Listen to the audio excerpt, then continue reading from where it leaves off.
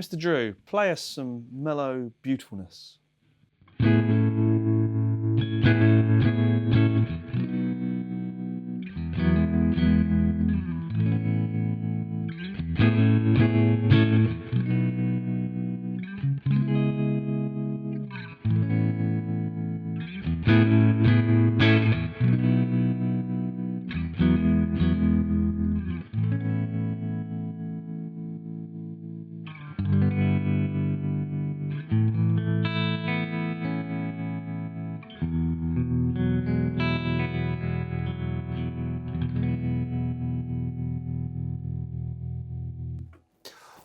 I like that.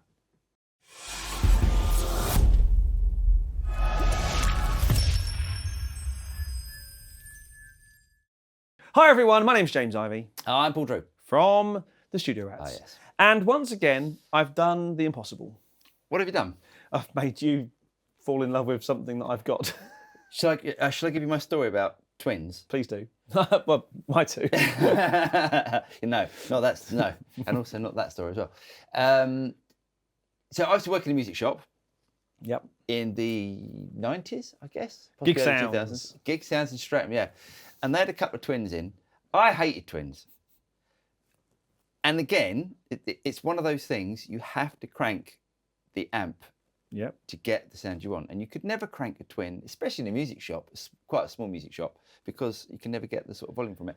And I think, well, I wonder now why people bother buying expensive boutique amps, things like Fender style amps, things like Two Rocks, when that sounds just as good. That sounds amazing, that thing. This is purchased from the auctions back in February. And for some reason, we never got around to doing a video for it. Yeah. Well, we did, but it didn't. Yeah, the audio didn't quite work.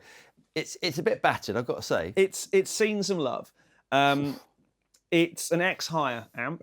Yeah. So it doesn't sadly have the original Jensen's Is it or lent to JBL. Townsend or something, do you think?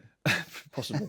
It doesn't have the original Jensen's or JBL speakers. Sounds great though. But it's got a pair of Celestion GT75s, which are normally my least favourite speaker in the entire world. Obviously, it's got the vibrato circuit, it's got the reverb circuit. Let's turn both of those off just so you can hear.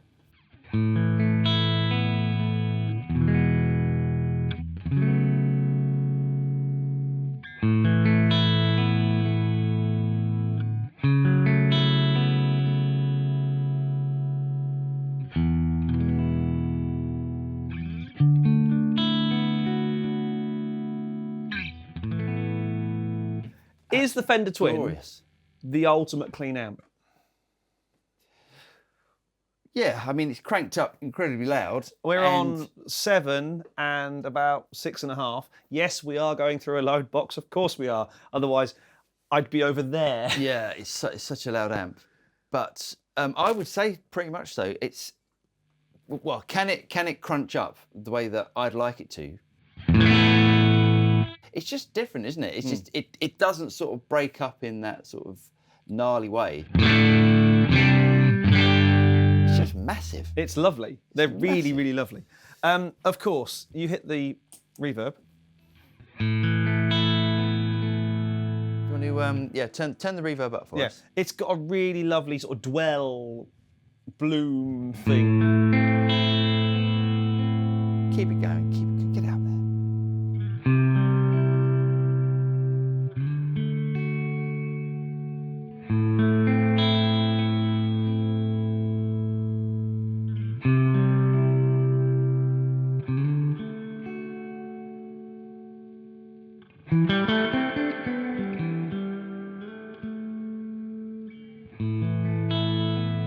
Oh God, it's gorgeous, isn't it? It is really lovely. But, of course, the reverb is only half the story.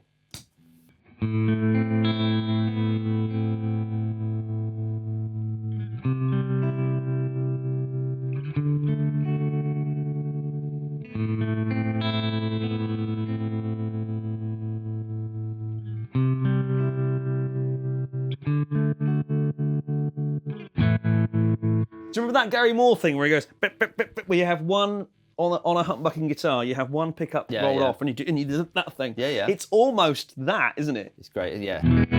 It's like a chop. You can get the Boss. the choppers and things. Yeah, the choppy sort of But thing.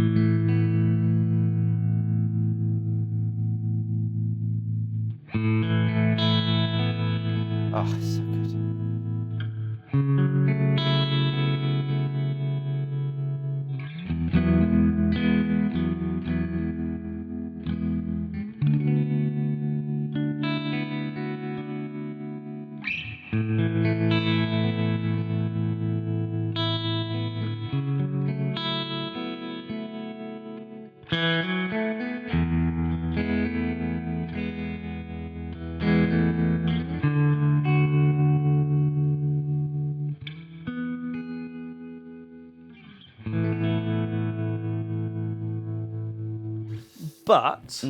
what I think is really interesting, so I used to play in a band with a guy who played a Fender Vibra, Vibra King, Right. and a, what's the 4x10? Super Reverb. Mm-hmm. And they were the two loudest amps Yeah. in Christendom. Yeah. But he also used to put a blues breaker in front. In fact, he had two blues breakers that he would have in Cascade. Proper guitar player. Yeah, so they do play very nicely when you do this. Well, can you turn the vibrato off? Certainly can. It's going to be loud.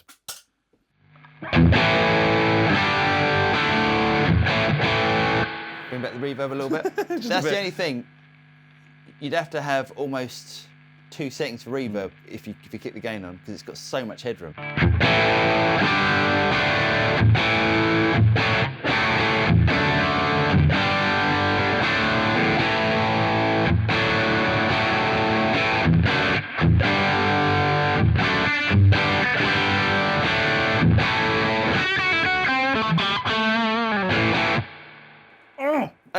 That is awesome. And another, ridiculously inexpensive find. What? It's been fairly well modded, because it has been higher stock. So Well, modded or repaired. you mean? yeah, repaired. But I mean, where there would normally be the banana plugs for the output terminals for things like the reverb tank, it's been done on nice gold-plated RCAs and things. So it's not been done in an authentic way, Right. but it's been done very functionally. Oh, you call it a player's sort of amp, wouldn't you? Yeah. I would, if I was you, I'd get that re-Tolexed and get that looking nice and keep it forever. But this is the thing. I would, if anyone's sort of thinking about buying a really expensive boutique amp, something like a Two Rock, Amp Nation, that sort of thing. That is, I mean, I'd like to compare one. I'd like to compare my old Two Rock, which I liked. I like that just as much.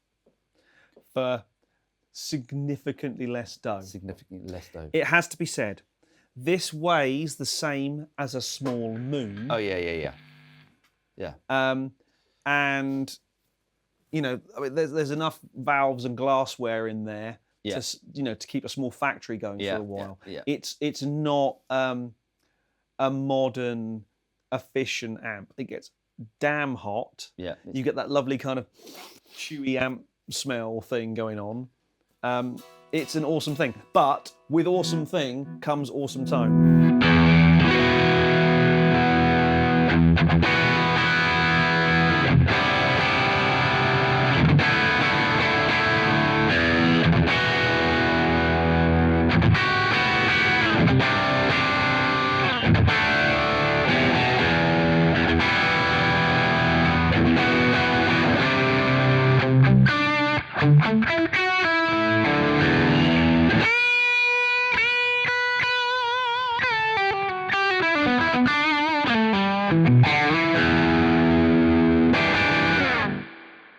So here's the real question.